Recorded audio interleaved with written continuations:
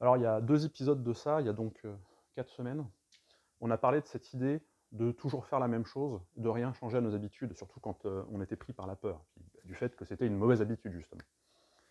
Je voudrais aujourd'hui aller un peu plus loin et puis parler de notre état d'esprit. Parce qu'on peut changer certaines de nos habitudes, mais si on conserve un état d'esprit fixe ou fermé, on est là aussi dans une mauvaise habitude. Et il ne s'agit pas d'un jugement de valeur. L'état d'esprit, c'est pas seulement la manière de faire dont on a parlé, c'est aussi la manière de penser, la manière d'affronter une situation, la manière dont on va se positionner. Est-ce qu'on va se plaindre, se victimiser, chercher des excuses, chercher à fuir, que sais-je d'autre? Ou est-ce qu'on va, à chaque nouvelle occasion, essayer de la regarder, en s'oubliant un peu au passage? Qu'est-ce qui se passe si cette situation continue d'exister, mais qu'on fait comme si elle ne nous concernait pas, par exemple? Qu'est-ce qui se passe si, au contraire, on décide que c'est LA situation d'urgence à traiter immédiatement? Allez chiche, on prend ça comme un jeu.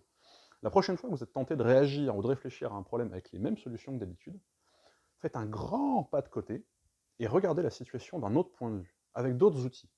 Voyez surtout si les résultats ne sont pas plus intéressants. Il y a de grandes chances pour qu'ils le soient. Je suis Jean-Baptiste Baron, j'aide les dirigeants submergés à réduire leur charge mentale et à optimiser leur temps pour ne plus en perdre. Votre charge mentale vous épuise, vous ne savez pas par quel bout commencer.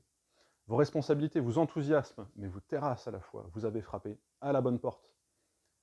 Un commentaire, un message privé, un pigeon voyageur, faites-moi signe, et nous travaillerons ensemble à la solution dont vous avez besoin et qui vous ressemble.